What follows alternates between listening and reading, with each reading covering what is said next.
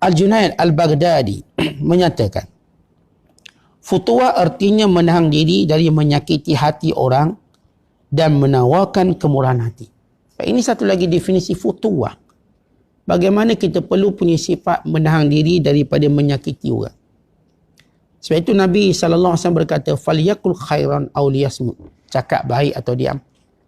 Kerana banyak perkataan kita menyakiti orang.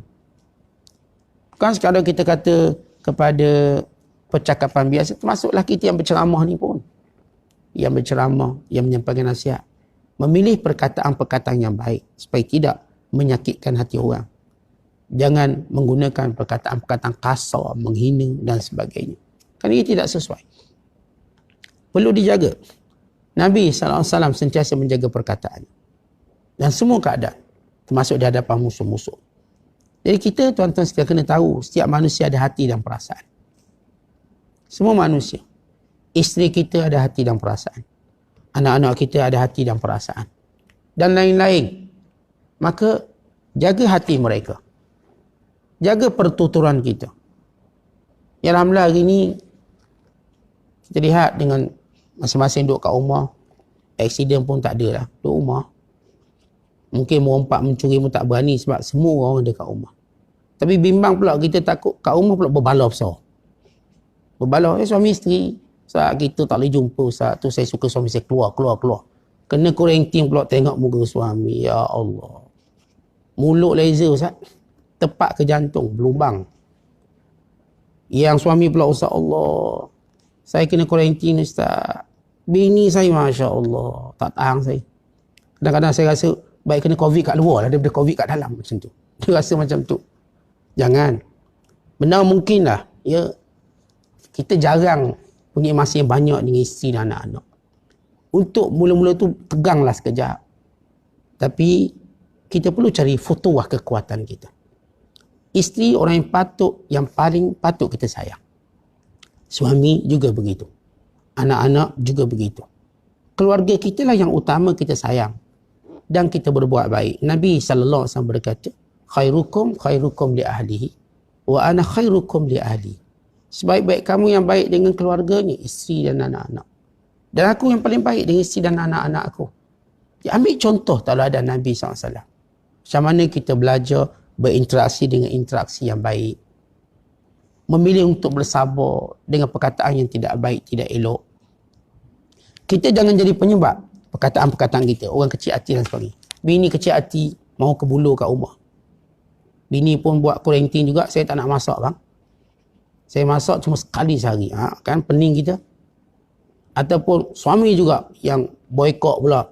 Ya, berlaku ketegangan. Mudah-mudahan tak berlaku lah. Mudah-mudahan ini cuma contoh yang berada di angin lalu, tak ada kaitan. Tapi kita cuma beri satu perumpamaan. Suami isteri dan tempoh ini tunjukkan satu akhlak yang baik. Jaga perkataan.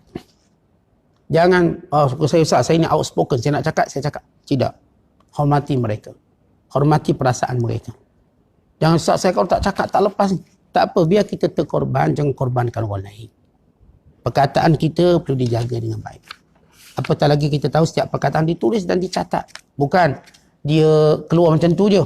Ma yalfizu min qawlin illa ladaihi raqibun atid. Tidak ada suatu lafaz yang kita keluarkan melainkan raqib dan atid mencatat. Ini isteri kita, ini anak-anak kita, jaga perkataan. Jangan sekadar melihat dalam rumah ni seumpama seperti neraka. Jangan, biar dilihat rumah ini kedamaian. Kenapa? Masing-masing menjaga hati masing-masing. Isteri jaga hati suami. Suami jaga hati isteri. Ayah jaga hati anak-anak. Anak-anak jaga hati ibu dan ayah. Bila kita saling menjaga, di situlah kita akan rasa kemesraan, kebaikan. Jadi ini futuwah. Futuwah menjaga perkataan kita daripada menyakiti orang lain dan menawarkan sifat murah hati. Apa maksud sifat murah hati? Tuan-tuan mungkin kat rumah ni jangan ada sifat bos. Kita tak nak jadi bos kat rumah. Semua benda kita suami kan. Kita cakap dengan anak-anak, ambil tu, ambil ini, ambil tu, ambil ini. Kita cakap dengan isteri kita, okey, nasi goreng mamak, mi mamak, Maggi kari, Maggi pedas. Dia pun cakap kedai. Jangan begitu. Dalam rumah tangga, saling tolong-menolong. Si ayah, jangan mentang dia ayah, kita diarahkan semua. Sebab dah biasa, kat pejabat ketua. Tidak.